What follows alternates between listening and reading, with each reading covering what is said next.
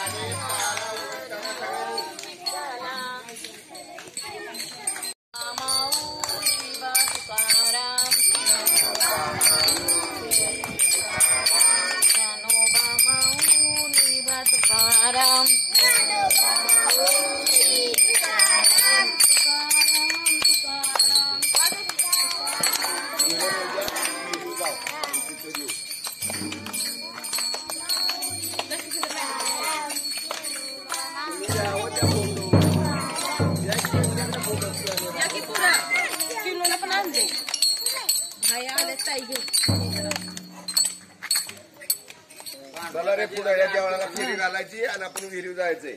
घ्या एक फोटो।